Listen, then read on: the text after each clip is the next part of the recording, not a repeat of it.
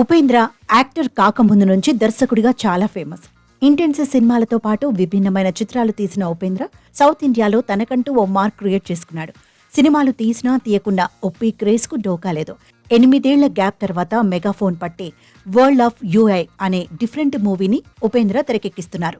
ఈ సినిమాలో ఉపేంద్ర ఏదో కొత్త ప్రపంచాన్ని క్రియేట్ చేయబోతున్నారని సమాచారం. ప్రతి సినిమాలో ఏదో ఒక అతిశయంతో కూడిన పాయింట్ను లేవనెత్తి దాన్ని చాలా కన్విన్సింగ్ గా తీసే ఉపేంద్ర ఈసారి యూఐలో కూడా భూ ప్రపంచాన్ని సరికొత్తగా ప్రెజెంటేషన్ చేస్తారని తెలుస్తోంది. 100 కోట్లు ఖర్చు పెట్టి మరి ఉపేంద్ర తనదైన వితండవాదాన్ని సినిమా రూపంలో ఆసక్తికరంగా మలిచారని, సినిమా కంటెంట్ పరంగా యూనివర్సల్ గా ఉంటుంది కాబట్టే ప్రపంచవ్యాప్తంగా అనేక భాషల్లో ఈ సినిమా విడుదల చేయాలని మేకర్స్ ఆలోచిస్తున్నారట.